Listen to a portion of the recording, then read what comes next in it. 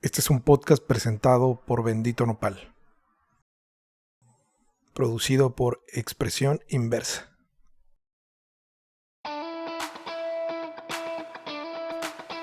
Bienvenidos a un nuevo episodio de Un Mexicano en España. Hoy tengo como invitado a una figura que entiende el arte desde múltiples miradas. Joel López, coordinador general de la Orquesta Sinfónica Juvenil de Guadalajara, México. Un proyecto que ha dado voz, disciplina y horizonte a generaciones de jóvenes músicos. Además de su labor en la gestión de formación musical, Joel actualmente cursa un doctorado en la Universidad de Salamanca, profundizando en el pensamiento, la cultura y los procesos que conectan el arte con la sociedad. Pero su sensibilidad no se limita al sonido, también se expresa a través de la imagen. Como fotodocumentalista, Joel capta historias reales, instantes íntimos y narrativas visuales que dialogan con la memoria, el territorio y la expresión humana. Hoy hablaremos de música, de educación, de gestión cultural, de imágenes que cuentan historias y de cómo el arte puede transformar. Espero que disfruten este episodio tan como yo lo disfrute. 3, 2, 1. Son las 11:47. 3, 2, 1.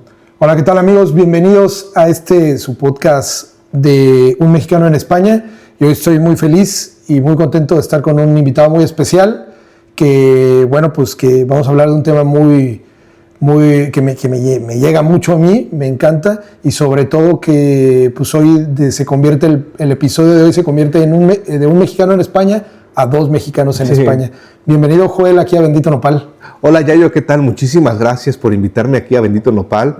En estos días que he estado aquí en Vigo, para mí es un honor poder encontrar un lugar de comida mexicana tan auténtico y con tanta esencia, ¿no? Es muy grato encontrar un pedacito de México aquí en Galicia, y pues muchísimas gracias por la invitación. No, gracias a ti, Joel. La verdad es que le doy gracias a Julia por el contacto que tengo contigo. ¿Qué tal la llevas con la comida mexicana? ¿Bien? Aquí, que extrañamos todos los mexicanos que venimos acá, extrañamos todos la comida mexicana. ¿Qué tal llevas la pauta de esto de los antojos, sobre todo, no? Mira, fíjate, yo tengo aquí en España un poco más de un año y no había comido comida mexicana hasta que vine a Vigo, que precisamente coincidí con Julia allí en donde tiene el puesto. Y fue una experiencia fantástica porque, te digo, realmente lo que probé, que fueron unos tacos de nopal, tú sabes que esos son clásicos de los mexicanos. Fue una experiencia muy grata porque fue un sabor muy auténtico, ¿sabes? Lo que pude percibir fue un sabor muy auténtico de lo que comí ese día, ¿no? Sobre todo cuando pues tienes bastante tiempo de no comer. Claro que nosotros siempre en casa, me incluyo porque a pesar de que yo tengo aquí el Bendito Nopal y que tengo todo a la mano para comer todos los días, claro, lo que yo quiera, siempre nos hacemos nuestras cosas en casa, ¿no? Nuestros aguachiles, nuestros ceviches, claro, nuestros taquitos, quesadillas, de todo. Y eso también mata un poco el antojo que se pueda tener en los momentos no más críticos, porque yo hablando con mexicanos siempre aquí, no sé si te ha tocado también eso, pero siempre es algo que nos puede fastidiar, ¿no? Del hecho de que estar un poco tristes y de repente meterte algo que sepa México, pues ya te hace un poco el día, ¿no? Claro, no, claro que sí. Y te digo, también comentarte, probé los tacos de birria que tienen, que también son buenísimos y, como tú dices, te levantan el ánimo, ¿no? Sí. Porque hace tiempo estaba pensando y yo digo, ay, cómo se me antoja desayunar unos tacos de barbacoa de allá de Guadalajara. Y dije, no, bueno, es complicado aquí por los ingredientes, por esto, por lo otro, pero esta vez que fui ahí al puesto, que estuve con Julia, me invitó unos tacos de birria buenísimos que tienen ese sabor, ¿no? Tienen ese esencia. Qué bueno, sí. Sí, y qué bueno hablarlo y que lo dices tú, que eres autóctono de Guadalajara, de Jalisco, claro, ¿no? Entonces, pues de allá de la birria es el mero mole, digamos, ahí, ¿no? En Guadalajara, ¿no? Claro. Sí, te digo, hay muchos puestos de tacos de barbacoa y pues es básicamente lo que muchos tapatíos desayunan por las mañanas, ¿no? Sí. Entonces sí, como te digo, hace unos días estaba pensando, digo, bueno, hay que ver, a lo mejor unos tacos de barbacoa, a ver si puedo conseguir los ingredientes, hacer algo, pero esta vez que fui, te digo, quien venga aquí a Vigo y que quiera probar auténticos tacos mexicanos, pues que venga aquí a Santo Nopal y se va a llevar una sorpresa muy grata. Pues qué bueno, Joel. Pues mira, yo hablaba un poco al inicio del episodio de lo interesante que es bueno, de conocerte primero que nada. Siempre me llena de ganas y de alegría conocer gente como tú, el aspecto cultural. El podcast me ha dado para eso, ¿no? Aparte de que ha promovido mucho mi negocio, pues me ha dado para conocer gente pues muy intelectual y gente cultural como tú. Yo quería hablar un poco pues, de lo que haces. Primero, pues quería preguntarte tu relación de la música con el arte, ¿no? Claro. Es difícil encontrarte tan lejos de repente y ver que también la relación que hay entre la música y el arte pues también es fascinante dentro de lo que es el criterio de un músico o de una persona que tiene tanta cultura, ¿no? Cuéntanos un poco de eso, de cómo te encuentras en ese, o cómo comienza esa relación. Claro, bueno, yo comencé estudiando música en el año 2010, allí en la Universidad de Guadalajara. Posteriormente me decanté a estudiar una licenciatura en Derecho, pero al final de cuentas regresé otra vez a la música en el año 2020, 2019, durante la pandemia. Si no me equivoco, fue en el 2020, cuando comencé a trabajar con la Orquesta Sinfónica Juvenil de Guadalajara. Precisamente desde el área administrativa y de gestión, que bueno, para mí fue una experiencia muy grata y pues esa es una de las razones por las que estoy aquí, ¿no?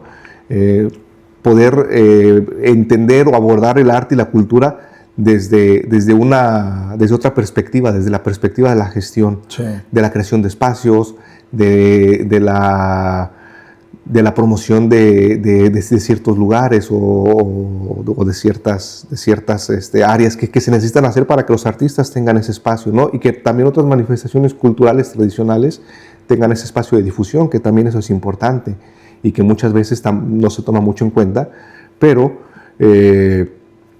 esa es una de las razones por las que empecé a abordar la cuestión cultural desde esa perspectiva, ¿no? La experiencia que tuve con la Orquesta Sinfónica Juvenil de Guadalajara. Y es difícil, por ejemplo, culturalmente sabemos que España tiene, las orquestas sinfónicas son de una magnitud elevada. En México es más complicado tener este tipo de cultura de sinfonía o de orquestas sinfónicas, ¿o también lo ves a un buen nivel también? Bueno, desde mi perspectiva, lo que yo te puedo decir es que realmente el músico mexicano es muy talentoso, ¿sabes? Sí. El músico mexicano tiene mucho empeño en hacer las cosas. Ahora, también ayuda mucho también la tradición musical que tenemos en México, que tú sabes que México es un país que vive mucho la música en todas partes, ¿no? Digo, lógicamente la música hay en todo el mundo, en todas las tradiciones, en todas las culturas, pero el mexicano se involucra mucho en ese aspecto, ¿no? Sí. Entonces, como es algo tan natural, tan cotidiano, el músico mexicano realmente es muy talentoso. Es que nosotros, al final de cuentas, también tenemos, o la gente de aquí en España, lo que sucede que hablan de música mexicana, pues siempre hablan de mariachi, claro, hablan de otro tipo de música, pero no nos enfocamos tanto en este tipo de orquestas que al final cada estado o cada entidad de México pues tiene su orquesta, ¿no? Claro, claro. Y viene y conlleva a un trabajo, lo que haces, para mí es un trabajo muy complejo lo que haces, el hecho de iniciar con gente de juvenil, ¿no? Que claro, también eso también es, me imagino que también más complicado puede ser, o más complicado o de la misma forma de complejo que una orquesta normal, ¿no? De grandes ya, ¿no? Sí, digo, tiene sus matices el trabajar con una orquesta juvenil de formación. Bueno, lógicamente es una orquesta formativa. La OSIJUG, la Orquesta Sinfónica Juvenil de Guadalajara, nace como una orquesta formativa. Ah, ok. ¿Cuál es la diferencia o el planteamiento de otras orquestas juveniles que del de los OSIJUG? Que los OSIJUG lo que se plantea es ser una plataforma de práctica y de formación para jóvenes que aspiran a ser profesionales. ¿Qué es lo que pasa aquí? Bueno, muchas veces Llegan los jóvenes que están estudiando en el conservatorio, en algún lugar, quieren hacer audición a alguna orquesta sinfónica profesional y lo primero que les dicen, tienes que tener 3 años de práctica profesional en una orquesta sinfónica o tienes que tener tanta cantidad de práctica profesional en una orquesta sinfónica. Y tú dices, bueno, ¿cómo la voy a tener si no me dan la oportunidad antes, no?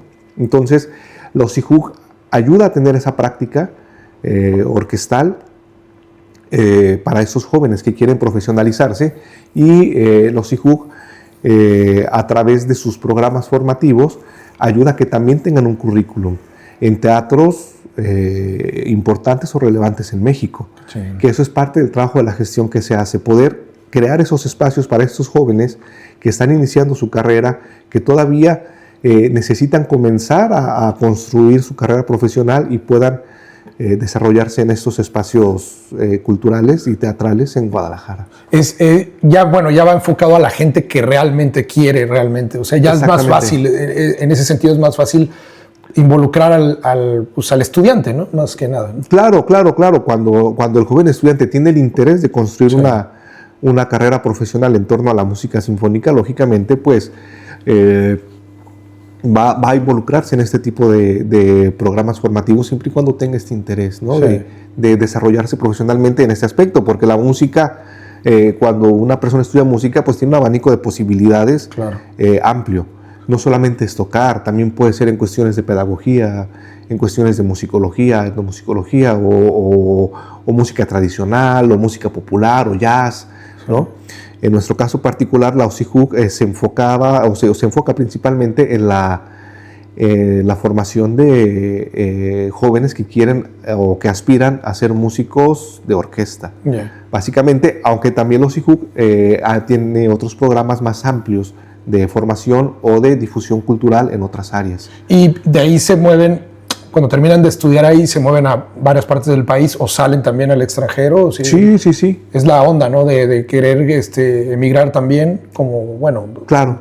La forma en la que también tratan de vincularse y tratar de ver. Lo digo porque ese tema de las orquestas, yo lo he sonado muchísimo más en Europa. O sea, porque también desconocía, ya llevo mucho tiempo también aquí en España y también desconocía un poco el tema de las orquestas, cómo se mueven en México y cómo, qué tanta gente hay porque tanto público hay para eso, ¿no? Claro, hay público, en México hay público para las orquestas sinfónicas, sí lo hay.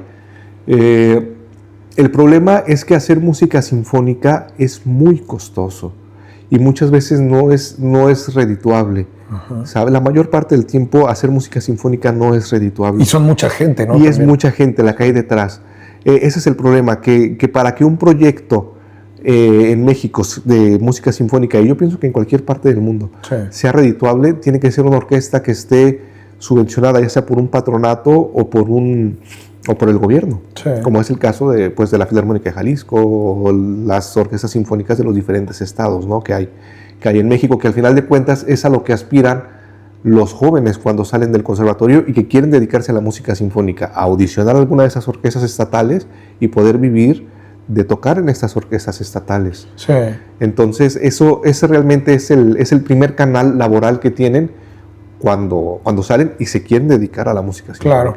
Y bueno, hay gente también que como cualquier otro joven, va involucrado también a dedicarse a eso, pero también hay gente que lo toma como a hobby también, o definitivamente esta ya es una formación para hacerte profesional. Bueno, en la OSIJUC, lógicamente, es una institución abierta, ¿no? a diferentes perfiles. Lógicamente, si entra un joven que quiere tocar y quiere participar y que a lo mejor no quiere ser profesional, pero quiere tener la experiencia, lógicamente la puede tener. Claro. Incluso la OSIJUC la funda la maestra Giselda Real, que le mando un saludo desde aquí, que es la fundadora de la OSIJUC en el año 2006. Empieza a desarrollar este programa en Guadalajara a raíz de que precisamente ella estuvo en Inglaterra 8 años, acompañando al maestro Rafael Rojas, que lamentablemente falleció hace unos años, pero entre ellos dos estuvieron precisamente en Inglaterra desarrollando la carrera de cantante del maestro Rafael Rojas, quien fue un cantante de ópera muy importante mexicano y que regresan a México, plantean quedarse en México a vivir, y la maestra Giselda dice, ¿sabes qué? Yo quiero tener también un lugar de desarrollo para mis hijos, ¿no? O para otros jóvenes o para otros niños, ¿no? Y tú sabes que, bueno, aquí en Galicia, que algo me parece genial que hay aquí, es las bandas de los diferentes municipios o de las diferentes asociaciones de vecinos, ¿no? Sí. Que son comunales, que van jóvenes, que desarrollan sus habilidades musicales, que suenan muy bien. Yo, estos días que he estado aquí, he tenido la oportunidad de poder colaborar con la banda de la parroquia de San Miguel de Oya, con fotografía documental de algunos de sus ensayos y sus conciertos, y me parece un proyecto genial, comunal, en donde la comunidad se fortalece, los jóvenes desarrollan sus habilidades. También de estos proyectos de las bandas de aquí de Galicia han salido músicos profesionales que ahora se están desarrollando y que bueno, son proyectos exitosos. En México, en aquel entonces, cuando llega la maestra Giselle, no había orquestas sinfónicas juveniles con ese perfil. Claro. Entonces ella inicia este proyecto en Guadalajara hace más de 20 años y ha sido un proyecto exitoso que ha tenido incluso premios en Europa. Sí. En el año 2007 vienen a Bélgica a concursar a un concurso internacional de orquestas juveniles y se llevan el primer lugar. Mira, qué chingón. Entonces, por eso te digo, realmente el músico mexicano es talentoso. Sí. Ahora sí que... Sí, la formación tiene mucho que ver, Claro. o sea, la formación que van teniendo, y también no hay nada de malo en decirlo, que la gente que está preparada se viene a lugares donde lo preparan más y luego van y hacen que los músicos saquen ese talento, ¿no? Claro. Saquen esta parte que a lo mejor no la pudieran sacar con otras formaciones o con otros tipos de formación, ¿no? Claro. Y también este intercambio cultural y también, bueno, entender que la música clásica sinfónica, en su mayoría, es música europea, ¿no?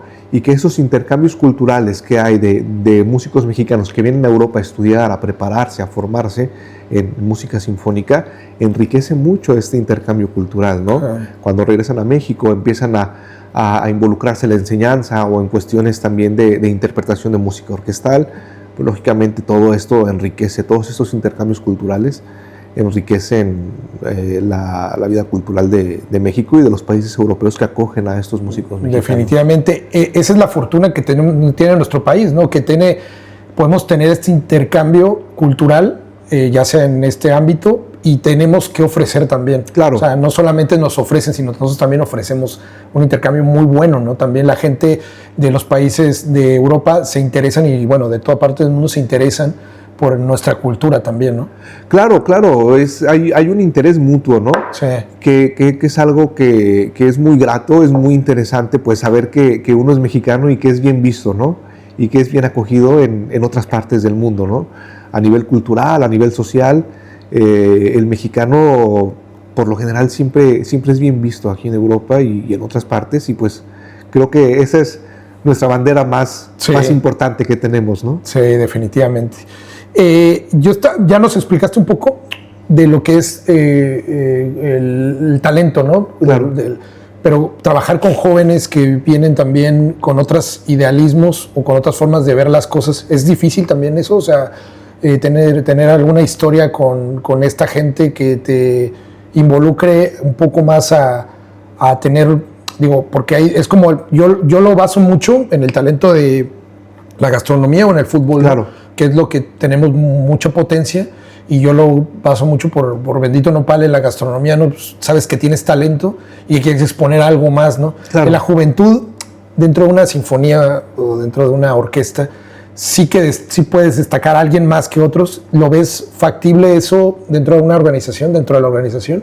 Bueno, lógicamente hay jóvenes que tienen cierto carisma o ciertas habilidades o ciertas cuestiones para ciertas cosas, ¿no? Las orquestas sinfónicas, lógicamente, funcionan de cierta manera, o deberían funcionar, a través de un sistema democrático de interpretación, ¿no?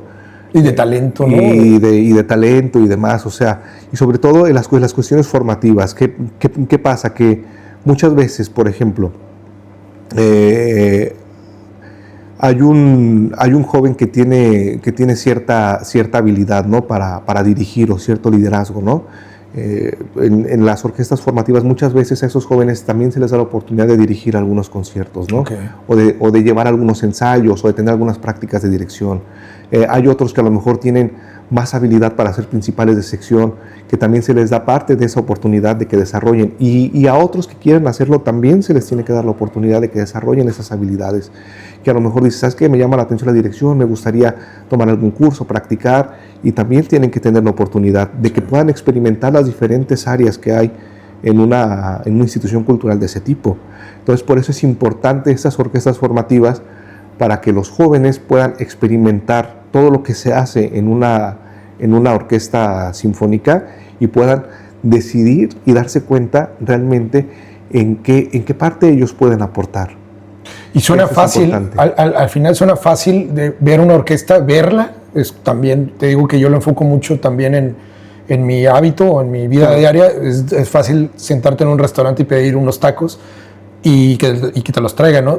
Nosotros como gente que ve, llegas y ves la orquesta y ves, a lo mejor dices tú, bueno, qué bonito y todo, pero ¿qué hay detrás de todo esto, no? O sea, ¿cuántas áreas? ¿Qué es lo que conlleva? ¿Cómo lo trabajan? La organización y todo eso lleva un trabajo que es de diario, ¿no? O sea, claro. Entonces se complica también y uno no lo ve, ¿no? En ciertos sentidos, ¿no?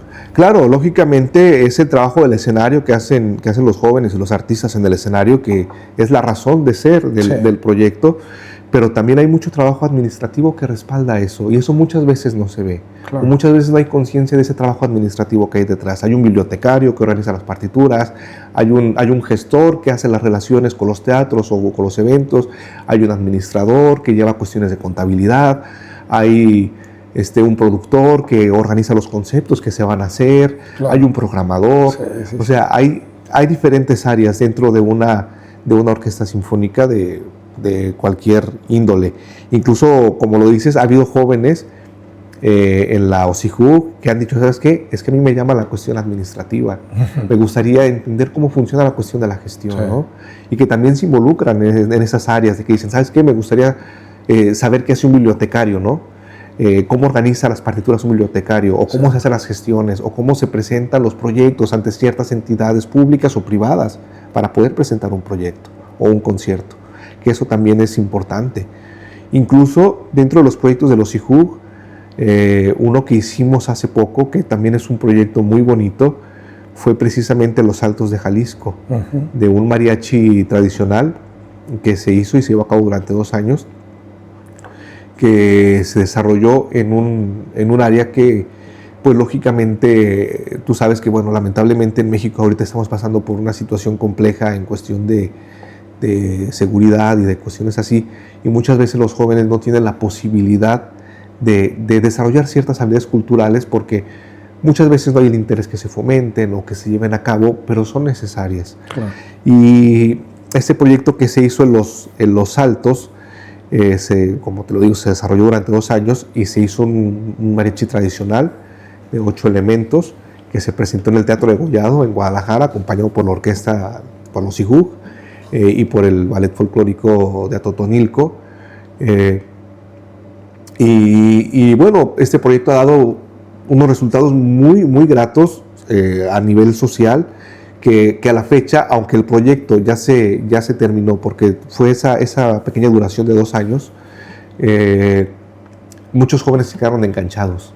Entonces, ayer precisamente estaba hablando con un joven de allá de Arandas, del pueblo, que le mando un saludo a Cristian Oliva desde acá, que está interesado en hacer su proyecto comunal de jóvenes que toquen mariachi en Arandas.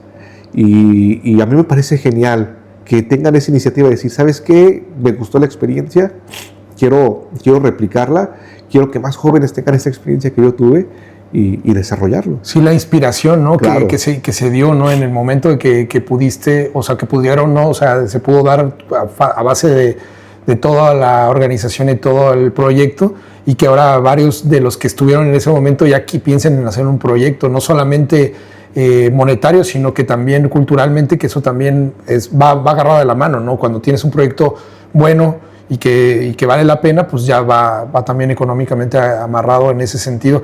Yo creo que los jóvenes también pensamos mucho espiritualmente en tener éxito, pero en hacer lo que ellos quieren hacer. Me imagino Claro. que Cristian ha de estar también en esa inspiración, ¿no? Sí. El muchacho tiene esa iniciativa de fomentar la música de mariachi. Incluso está haciendo unas pequeñas cápsulas en TikTok donde habla de la historia del mariachi. Qué chingón. Sí. Que eso me parece genial. Que se empiece a difundir ese tipo de información entre los jóvenes y que también aparte tenga la iniciativa de poner en práctica esto, ¿no? Sí. Ayer estaba hablando con él y le dije, ¿sabes qué? Tú anímate, hazlo. O sea, ¿quieres desarrollar un proyecto comunal de mariachi? Hazlo. Sí. Empieza, no te quedes parado a pensar cómo lo vas a hacer, no, hazlo. Claro. Hazlo y comienza a desarrollar. Y el valor que nosotros, como mexicanos que estamos en otro lado, el valor que le das a un mariachi o una música tradicional mexicana, pues es fundamental. A mí, no sabes que cuando, yo me cambié de país, cuando emigré, me gustaba el mariachi, pero cuando ya lo escuché, cuando yo ya estaba aquí asentado en Galicia o cuando estudié antes en Barcelona y escuché un mariachi y lo escuché fuera de mi país, fue una explosión de emociones me quedé sin palabras, ¿no? Y cada vez que lo escuchaba en varios lugares, en varios países, que mi pareja es de Bolivia, en un momento dado también lo escuché en Bolivia y es una explosión de emociones y que no se debe acabar y que precisamente este tipo de músicos o este tipo de gente hace que exploten más todas estas emociones y todas las cosas que puedas involucrar, ¿no? al tipo de cultura de auditiva que tenemos, ¿no? No, claro, lógicamente siempre existe ese gancho a lo propio, ¿no? Sí. Siempre uno escucha a lo lejos y dice, mira, esa es música mexicana, ¿no? Sí. Aunque sea en el radio o en alguna bocina, un altavoz, dice, mira, eso es una música mexicana, ¿no? Sí. Y siempre como que te hace sentir en casa. Sí. Y también, te digo, en cuestión comunal también genera mucha cohesión en México. Que los jóvenes digan, ¿sabes qué? Este es mi mariachi, lo hicimos, nos estamos desarrollando aquí, estamos haciendo comunidad. Claro. Creo que eso también es importante para ellos y para la misma comunidad que se necesita, ¿no? Que se desarrolle. Me contabas que estás estudiando, estás haciendo un doctorado, ahorita vas a iniciar un doctorado claro. en la Universidad de Salamanca. Así es. Bueno, primero quiero contarte qué tal la ciudad, qué tal te ha acogido la ciudad, hay mexicanos, qué tal la gente de ahí, ¿te gusta la ciudad? No, Salamanca es precioso, Salamanca es un lugar muy bonito, es un lugar muy pluricultural, hay gente allí de todo el mundo, es una ciudad universitaria, entonces hay gente allí de todas partes, eso es muy bueno, ¿no? Para poder tener diferentes visiones de diferentes cosas, ¿no? Claro. Y bueno, la gente también ha sido realmente muy, muy amable, ¿sabes? Eso es algo que también se debe de saber, que realmente la gente aquí en España es muy acogedora. Uh-huh. Cuando uno emigra, uno a veces dice, bueno, es que a lo mejor soy extranjero, no, las cosas no van a ser quizá de cierta manera o de cierta forma, pero la realidad es otra.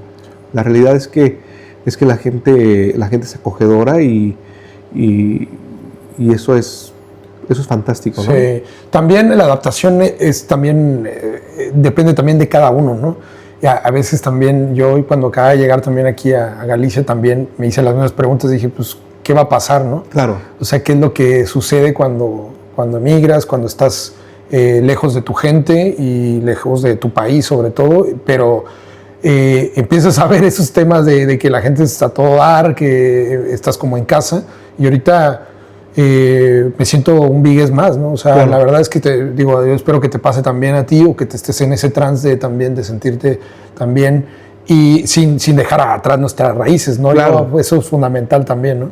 Sí, lógicamente uno es mexicano hasta que se muere. Sí. Y el mexicano es muy orgulloso de ser mexicano. Sí, yo pienso que eso es algo que tenemos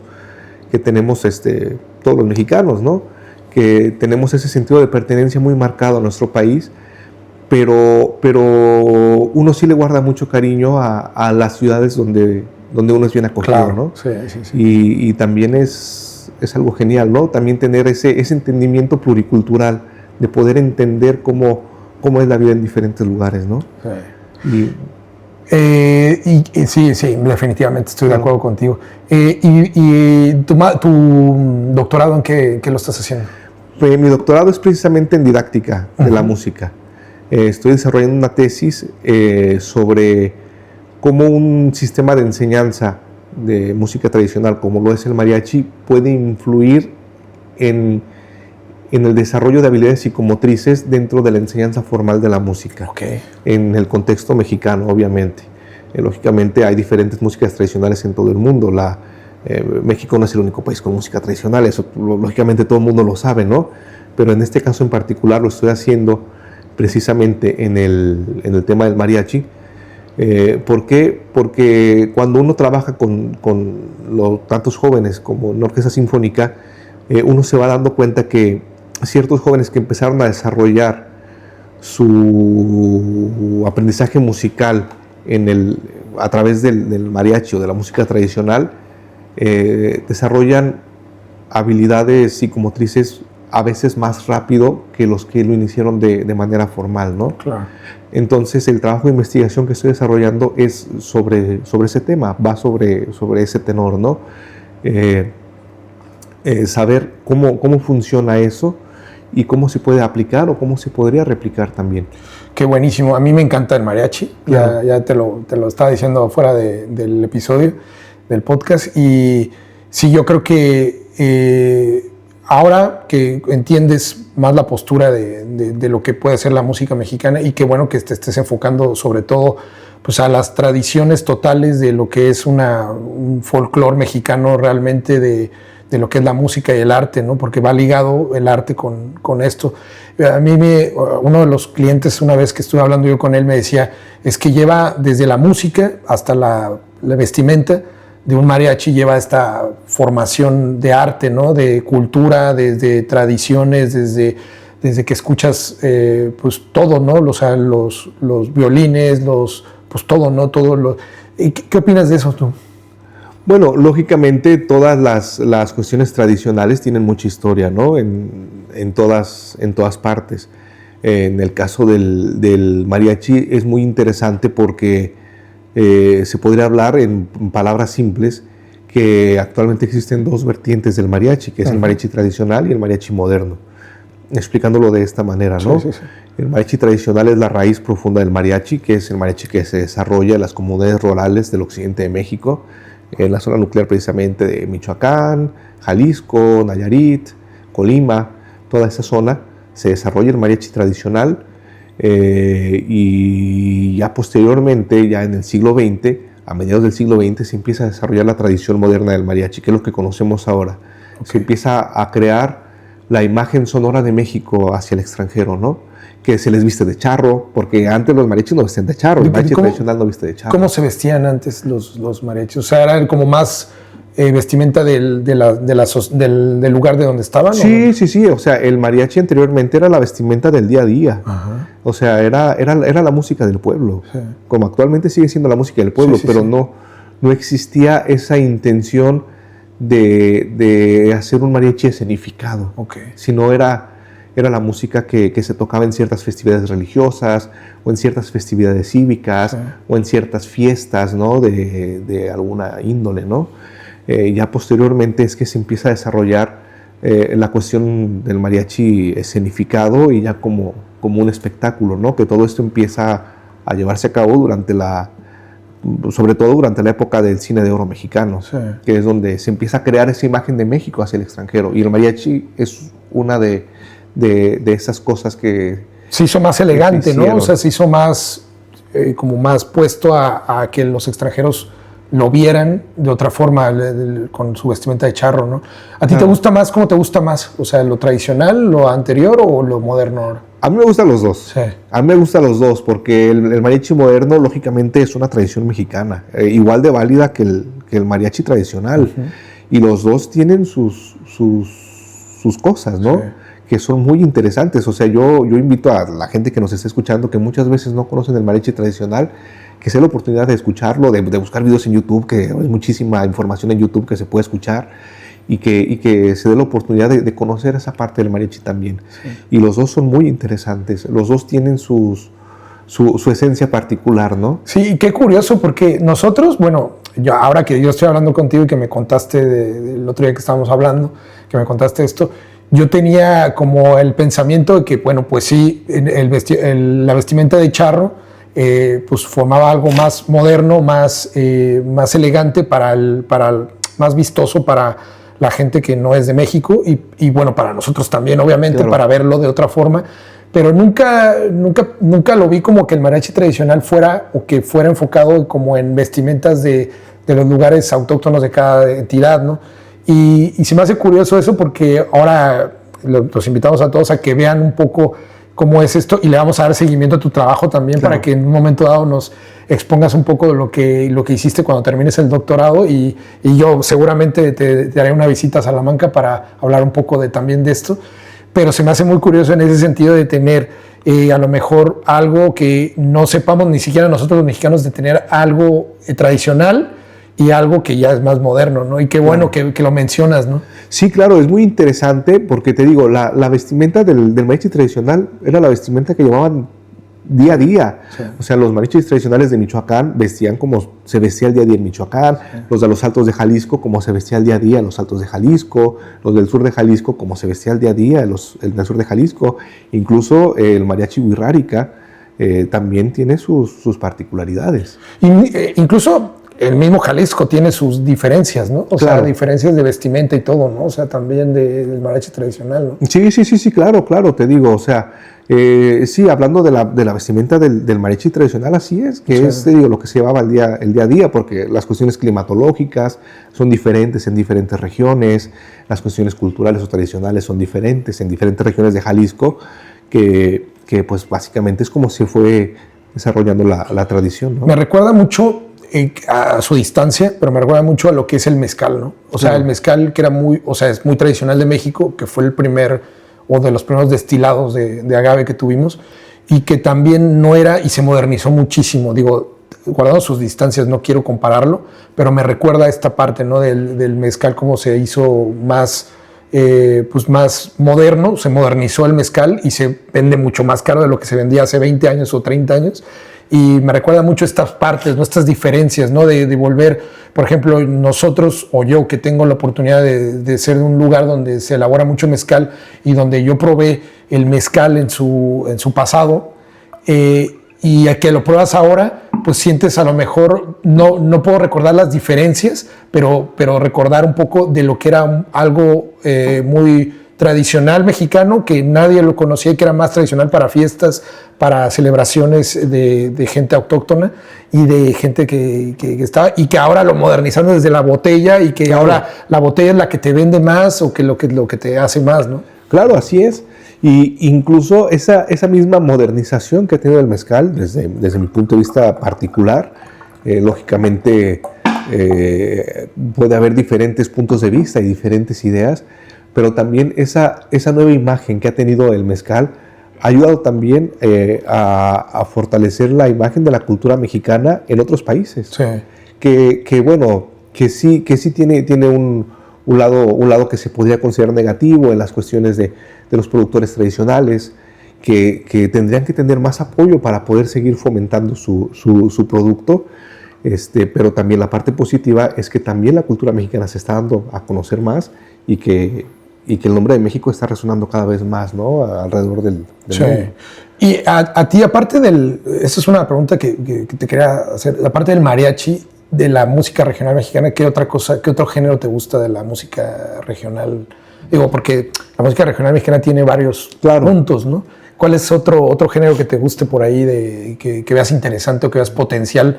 Porque hay muchos, por ejemplo, la banda, o sea, la banda esta sinaloense y pues no termina de encajar como el mariachi aquí en España, ¿no? O sea, es como más selecto de las personas, o sea, a mí me gusta, pero es como más selecto, ¿no?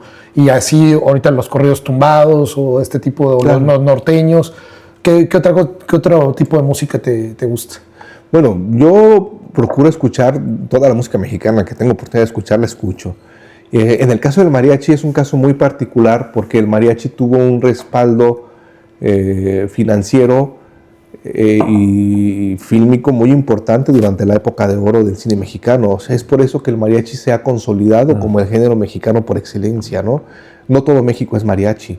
En México hay una diversidad musical muchísimo más amplia que solo el mariachi, y por eso otros géneros no han tenido esa repercusión, porque el mariachi estuvo precisamente en ese momento histórico, social, Sí. que le hizo tener esa proyección a nivel internacional. Pero hay otros géneros muy interesantes, como quizá el son huasteco, o los mismos sones veracruzanos, o incluso la misma banda sinaloense, o la música norteña, otros géneros también afromexicanos de ciertas regiones de México, que también son muy interesantes y que no tienen mucha difusión todavía, pero que también deben de conocerse. Claro.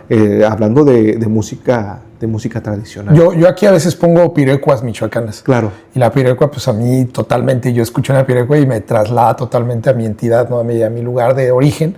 Y trato de comentar y decirlo, ¿no? Pues esta es una lista que tengo yo en Spotify y hago esto para que la escuchen, ¿no? Entonces sí que es como que te transporta, muchos sonidos te transportan, también los sonidos te transportan a ti, no solamente hablando ya de música mexicana, sino hablando de género, tú como músico, música te transporta a lugares, ¿o no eres tan así? No, claro que sí me transporta a lugares y a ciertas épocas, ¿no? Y lugares. A ciertas situaciones, a ciertas cosas. Lógicamente creo que esa es una de las virtudes que tiene la música, sí. ¿No? Que la escuchas y dices, mira, esto recuerdo de tal día, ¿no? Que pasó esto, o de tal cosa, ¿no? Sí. Que eso es algo muy, muy interesante y algo pues que tiene la música. Sí, la música en general, ¿verdad? Claro. Sí, también.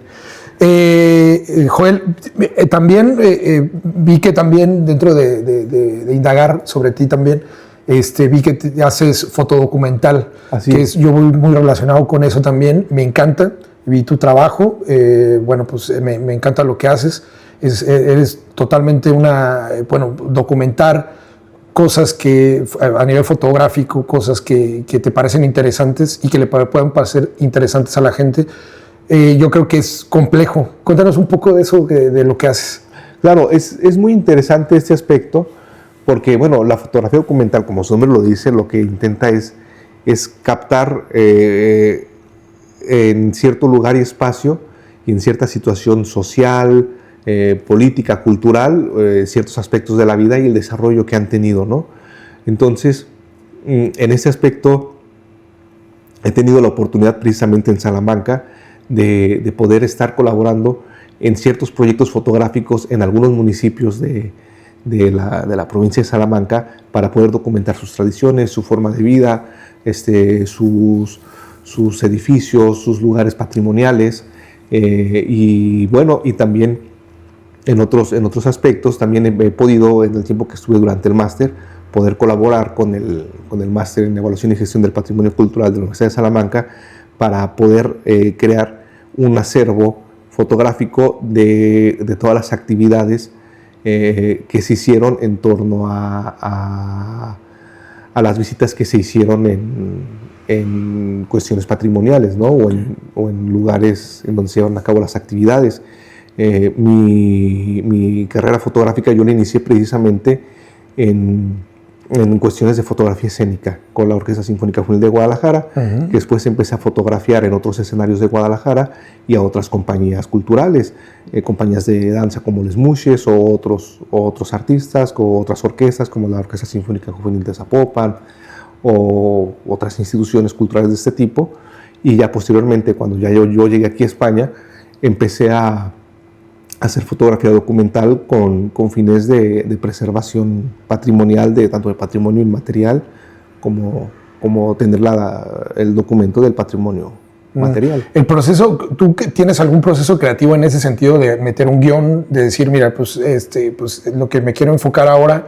Porque yo hice yo estaba en un proyecto precisamente documental de Morelia, claro, y de Barcelona, que Barcelona fue donde yo hice un máster, estudié ahí, hice un máster en la Universidad Autónoma, claro, y empecé a sacar fotos. O sea, fue cuando me metí también a un curso de fotografía, empecé a sacar fotos de la ciudad, de lo que era como lo que consideraba underground dentro de la ciudad, ¿no? Claro. Me compré mi camarita y empecé a hacer, ¿no? Entonces hice, dentro de lo que aprendí o dentro de lo que vi factible, es hacer un proceso de guión para ver qué es lo que podía, que no fuera lo tradicional, la Sagrada Familia, el Arco del Triunfo, no, sino que fuera más abajo de lo que nadie conocía, ¿no? Claro. O sea, supongamos el alcantarillado, los pisos, la gente, las expresiones de la gente, yo qué sé, las bancas, no sé. Tú tienes un proceso creativo dentro de lo que es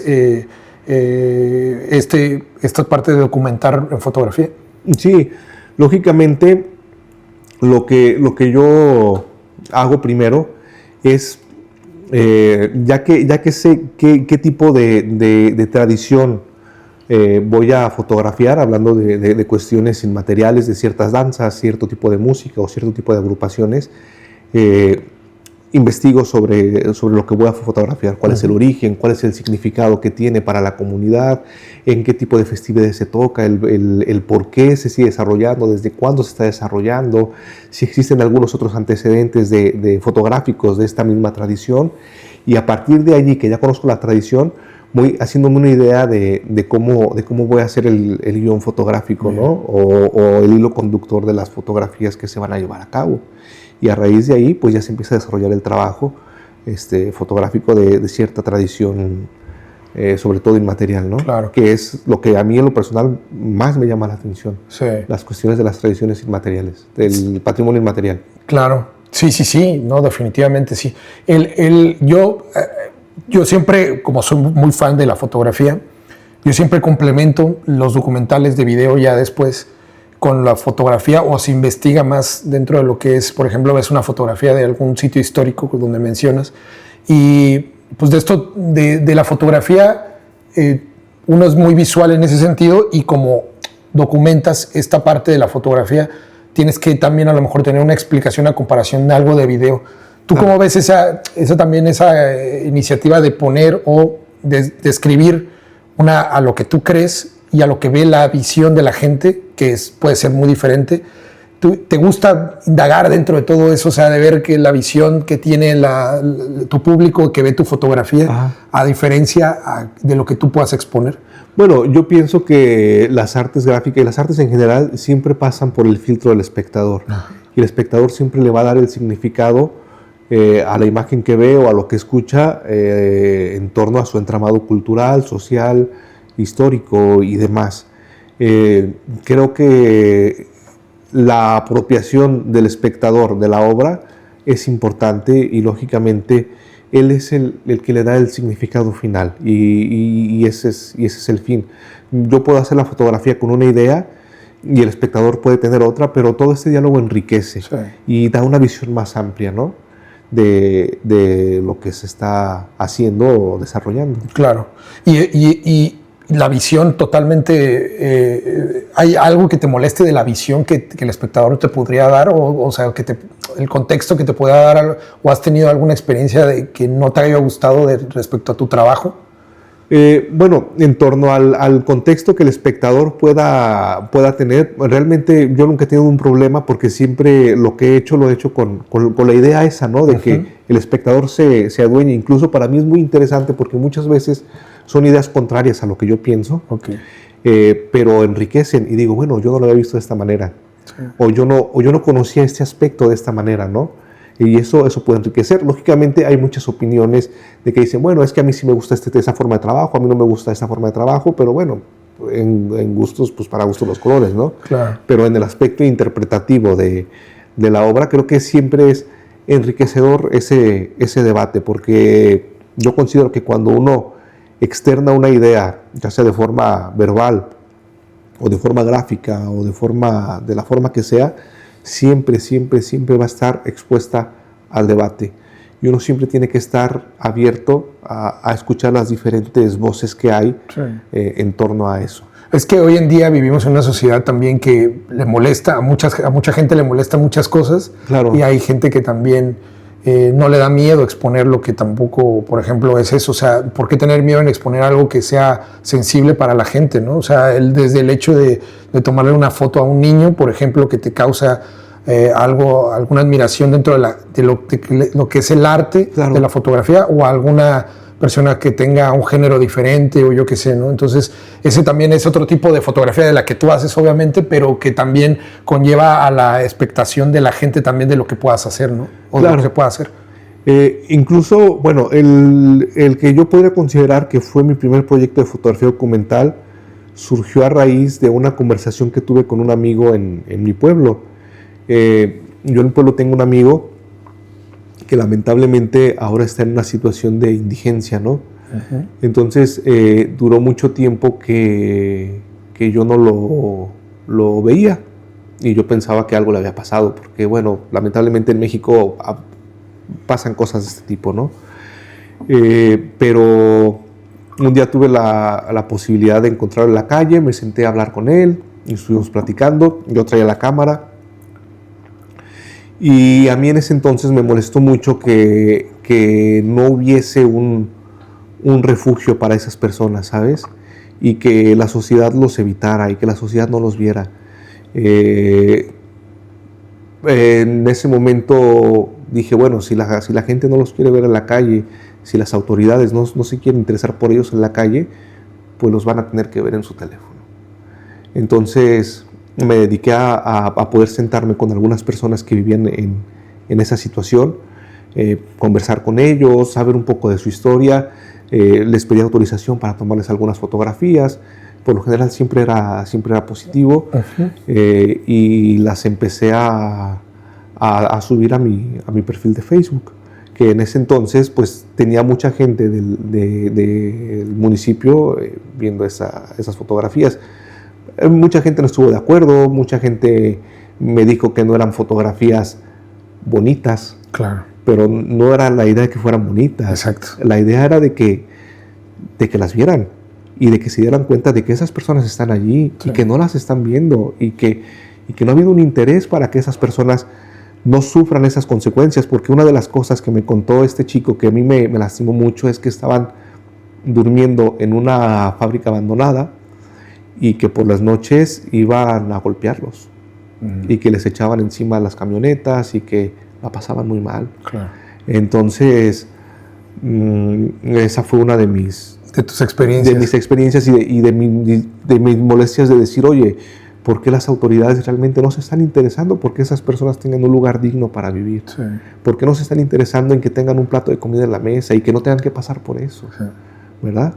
Y fue eso realmente una de las motivaciones porque inicié a tomar ese tipo de fotografías, y que la gente ahí en la comunidad, en el municipio, si no los quieren ver en la calle, que los vean cuando tienen el teléfono en la mano. Sí. Sí, es complicado, por eso te comentaba yo, porque yo hice un curso en Morelia, claro, de fotografía de desnudo, ¿no? Claro. O sea, me gustó mucho, bueno, realmente era la única opción porque fui de visita a Morelia y tenía una semana y ya iba a haber un curso de 3 días de fotografía de desnudos, ¿no? Entonces, bueno, dije, mira, pues de estar aquí, o sea, de poder hacer algo y poderme formar como un poco más, de tener esta visión de la fotografía de un arte diferente, pues hice este curso, ¿no? Entonces, cuando lo comenté, fue extraño, ¿no? Cuando dices tú, bueno, vas a hacer un curso de fotografía de desnudos, ¿no? Entonces, pues, para mí, yo lo vi en el tema mucho más de arte, mucho más cultural en este sentido, pero mucha gente de las que estaba en mi entorno me decían, oye, pero ¿por qué estás haciendo eso? ¿No? Entonces yo por eso lo veía, porque hay mucha gente que decía, bueno, qué bueno que estás haciendo eso, qué bueno que ves esta visión diferente de otras cosas diferentes que no ven a lo mejor unos con el tema visual del artista o del tema visual de algo más cultural, que lo enfoques en esa manera a que lo enfoques en la manera en la que tú me comentas que te dice la gente, ¿no? Digo, yo al final no subí ninguna foto porque no sé por qué no lo hice en ese momento, porque no me pareció adecuado. Claro. Pero es lo mismo más o menos lo que sucede. Esto fue en un entorno nada más de amigos, en un entorno de gente que conocía y gente que en un momento dado también experimenté comentarlo con algunos fotógrafos, y que también unos están en contra, otros están a favor, ¿no? Entonces haces como este clic o este rechazo, ¿no? De lo que es el tema del arte, ¿no? También. Claro, sí, claro. Por lo general, pues todas las manifestaciones artísticas, muchas de las veces son controversiales, ¿no? Sí. pero creo que es parte de la esencia de lo que tiene que hacer el arte, y creo que también el arte tiene que abonar también a ese cambio social, ¿no? O a ese cambio de visión, sí, que a lo mejor sí, pues sí puede ser controversial, o sí se pueden tener opiniones diversas respecto a ese tipo de cosas, ¿no?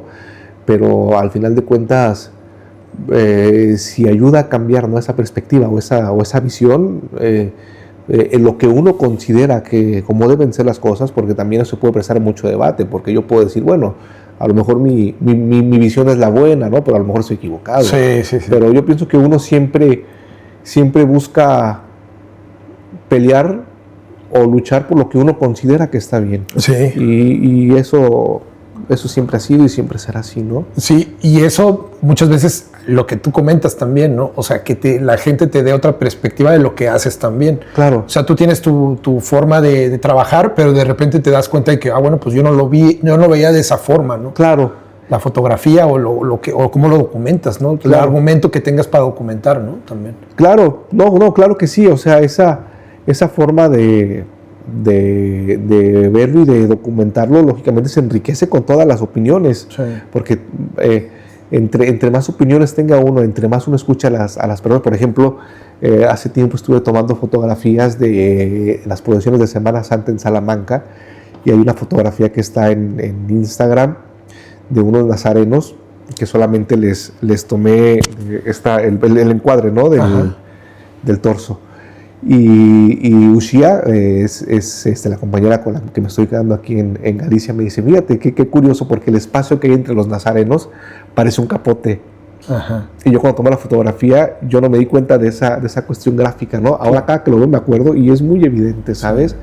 Lógicamente hablando de esa cuestión gráfica y hablando de la cuestión discursiva, ¿no?, de la fotografía, de la imagen, hay otras perspectivas con otro enfoque o con más profundidad o con más cuestiones, pero incluso hablando desde el nivel gráfico de la imagen, a veces a uno se le pasan cosas que uno no ve, sí, pero que otras personas lo ven, se dan cuenta y le da una nueva resignificación, sí, a nivel gráfico. Sí, claro. Por eso la fotografía es tan importante dentro de lo bueno, antes pues, que no había tantos videos o que no se graba tanto, la fotografía era era parte de la historia de todo lo que ha pasado, ¿no? Entonces, uno cuando ve una fotografía vieja de una ciudad, por ejemplo, claro, la de Salamanca, que me imagino que has visto muchas, y de repente te dicen, yo aquí en Vigo veo una parte de la ciudad como era antes, y tú o sea, yo ya me pongo y me quedo 5 minutos viendo cómo en una fotografía, cómo aprecias el arte y cómo aprecias también cómo era la diferencia de los lugares, ¿no? También, o sea, de cómo era en un momento dado y cómo es ahora, y es parte de la historia también. Claro, y eso es lo interesante de la fotografía documental, sí, que se va documentando cómo era la ciudad en cierto momento histórico, social y político. Sí. Entonces dices, mira, ha tenido esta evolución, ha cambiado esto, o ha cambiado esta perspectiva, ¿no? Sí. Y eso es muy interesante. En Salamanca me gusta mucho ver las fotos antiguas de Salamanca y viendo cómo iba cambiando, cómo ha ido evolucionando la ciudad, que Salamanca es una ciudad maravillosa. A la gente que nos ve, si tiene la oportunidad de visitar Salamanca, vayan. Es una ciudad fantástica, tiene muchísima historia relacionada con América, con México. Aprovechen también que este año es el 5º centenario de la Escuela de Salamanca. Wow. Si van a Salamanca, se van a informar de qué se trata. No les voy a hacer spoiler de lo que es el 5º centenario, pero espero que tengan el interés de conocer lo que es, claro, el 5º centenario de la Escuela de Salamanca, de conocer la ciudad de Salamanca, la Universidad de Salamanca y otras maravillas que tiene la ciudad que pueden visitar. Wow, pues 500 años ya es bastante, wow. Claro, y son 500 años de la Escuela de Salamanca, que fue un movimiento social, académico, político, pero la universidad tiene 800 años. Mira, entonces, sí, realmente hay mucha historia ahí que descubrir. Sí, es que podremos hablar de muchísimas cosas, de lo que también es las universidades y todo eso. También en México, también yo egresé de la Universidad Michoacana, que también tiene una historia también, claro, grandísima también. Y te digo, yo siempre lo vinculo con algo que se me ha pasado, ¿no? O sea, que yo he vivido, ¿no? Entonces, al final también tratas de vincular cosas también de tu vida pasada con las historias de lo que hay en la actualidad, ¿no? No, claro, incluso una vinculación interesante que existe en la Universidad de Salamanca con las diferentes universidades americanas, hablando de América como continente, hablando de todos los países americanos, es que durante la fundación de esas universidades virreinales se utilizó como esquema o como base la Universidad de Salamanca. Entonces, la Universidad de Salamanca es la madre de las universidades americanas, ¿no? Que eso es muy interesante. Ese es el vínculo que tenemos con la Universidad de Salamanca, que todos los que somos egresados de alguna universidad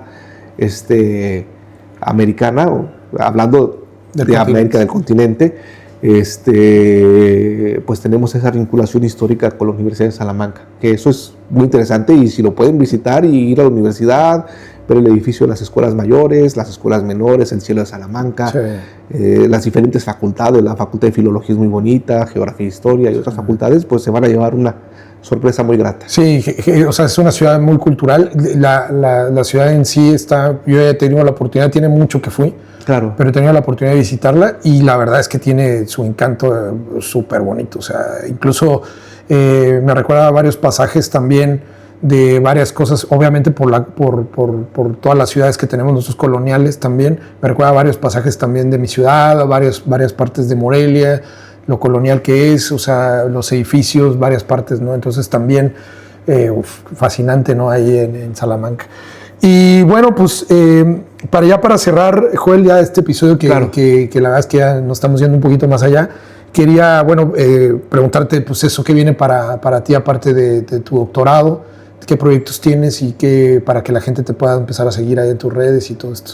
Claro, bueno, ahora en redes sociales estoy como Imagen en Clave Baja en Instagram. Ahí tengo algunas fotografías que he hecho. Igualmente, bueno, iré subiendo un poco más de material. Es Imagen en Clave Baja en Instagram. Y espero que la próxima vez que nos veamos traer algunas novedades de unos proyectos que están ahí llevándose a cabo, precisamente con mexicanos en Galicia, que le mando un saludo a Julia desde aquí. Y pues muchísimas gracias, Julia, por la vinculación aquí con Yayo, y otros proyectos que, bueno, esperemos que se vayan desarrollando de la mejor manera, sí, que ayudarán a fortalecer los puentes culturales entre México y España, que yo creo que eso es muy importante, porque realmente somos países hermanos, hablamos el mismo idioma y tenemos muchas cosas en común, sí, y yo creo y estoy convencido que los puentes culturales entre México y España deben ser cada día más fuertes. Sí, y en eso vamos a estar ahí agarrados de la mano, así que lo que necesites también, de lo que se pueda, en lo que yo pueda ayudarte, en lo que se pueda ayudar para fomentar esta hermandad, que al final de cuentas también es una gozada tener esta vinculación de México y España, que yo siempre trato de mantenerla y dar, no solamente, ya no solamente hablo de México o de Morelia cuando estoy aquí, sino que cuando yo voy a Morelia, cuando voy a México, pues hablo de Galicia y de España, ¿no? Entonces ya me vuelvo como un doble embajador, claro, de decir, bueno, pues qué cosas tan bonitas tiene Galicia, España, en particular Galicia, y te vuelves como un doble embajador de los lugares sin querer, ¿eh? O sea, es por amor. Es por amor, y tienes mucha razón, porque, o sea, lo cuentas y ahora que tengo la oportunidad de conocer diferentes municipios de la provincia de Salamanca, en donde he tomado fotografía documental, uno se enamora de los lugares y uno se enamora de la gente, ¿sabes? Y uno empieza a sentir lo propio. Sí. Uno empieza a tener ese cariño propio, ¿no? Sí. Y eso es genial, porque sí, yo no lo había pensado así como tú lo dices, de ser un doble embajador. Sí. Y es importante, porque a veces sí hablo con amigos de México o con mis familiares allá y digo, no, es que en Salamanca hay esto, sí, es claro, que en Salamanca hay estas cosas y tienen que venir, tienen que conocer esto porque es increíble, ¿no? Sí. Entonces, yo estoy enamorado de Salamanca, sí, estoy enamorado de Galicia. Si es que he estado aquí, Vigo es una ciudad fenomenal, es genial. Si pueden venir a visitar Vigo, vengan a Vigo, sí, y se van a dar cuenta también del patrimonio material y inmaterial que existe aquí, también es fantástico. Sí, yo presumo mucho a Vigo y a Galicia. Claro. Y a veces también tenemos esta mala fortuna de que también, como la perspectiva de las demás personas piensan y dicen, no, tú ya te crees español y que no sé qué, ya sabes claro, el contexto que hay del mexicano, sí, que va a hablar o a presumir del lugar de donde viene, pero ellos lo que no saben es que cuando llegamos nosotros también acá, pues hablamos también de, claro, de lo bonito que es México y de lo bonito que es, no solamente yo hablo de Morelia, sino hablo de los lugares que conozco en México, ¿no? No, claro, y sí pasa eso, es que uno se enamora de los lugares y que uno se empieza a sentir parte de, y pues bueno, cuando uno tiene la experiencia de migrar de esta manera, uno lo vive y uno se da cuenta que uno lo hace de corazón, que no es por decir, ya no soy mexicano. No, uno es mexicano hasta que se muere. Y como tú lo dices, uno aquí presume México y uno en México presume España, ¿sabes? Es de ida y vuelta. Sí. Y yo también, bueno, ya abordando un poquito, ya para cerrar un poquito también, a raíz de que Gaby, mi pareja, es de Bolivia, pues también, o sea, conozco Bolivia y también presumo también las maravillas que tiene este país y los lugares que ha sido. Yo viví también en Villahermosa, en Tabasco, y conozco muy bien la región y me encanta también presumir también esa entidad. Y Chiapas, que mi mamá es de Chiapas y mi papá era de Tamaulipas. Claro. Pues son lugares que yo tengo muy arraigados, ¿no? De que decir no solamente tal. Me imagino que también a ti te pasa lo mismo de los lugares donde has ido y donde dices tú, no, es que también este lugar es hermoso y este lugar también. Y no terminas de decir, bueno, pues qué lugar es feo, ¿no? Porque... No, claro, o sea, muchos lugares tienen su encanto. Sí. El positivismo también, ¿no? Claro, todo, ¿sí? y uno se enamora de los lugares y uno dice, no, es que tienes que probar esto, ¿no? Tienes que probar esta comida. Y yo les digo, si vienen a Vigo, tienen que venir a Bendito Nopal y a probar la comida mexicana que es de aquí. Los tacos que se preparan aquí son tacos auténticamente mexicanos. Entonces, vengan a Bendito Nopal. Muchas gracias, Joel. Muchas gracias por estar aquí. Ojalá, vamos a hacer cosas juntos y eso ya queda grabado, así que ya queda ahí archivado, documentado. Y vamos a ir trabajando juntos. Yo creo que hay junto con Julia también, hay muchas cosas que hacer y bueno, Dios nos va a dar la oportunidad de hacer varias cosas. Y pues muchas gracias por haber estado aquí conmigo en este episodio. La pasé muy bien y pues muchas gracias. Dejamos ahí tus redes sociales, todo tu contacto por cualquier persona que quiera contactarte. Perfecto, muchas gracias y muchas gracias por la invitación. Muchísimas gracias por recibirme aquí en tu espacio y pues seguiremos viéndonos próximamente. Muchas gracias a todos. Espero verlos pronto. Hasta luego. Muchas gracias, Joel. ¿Qué tal?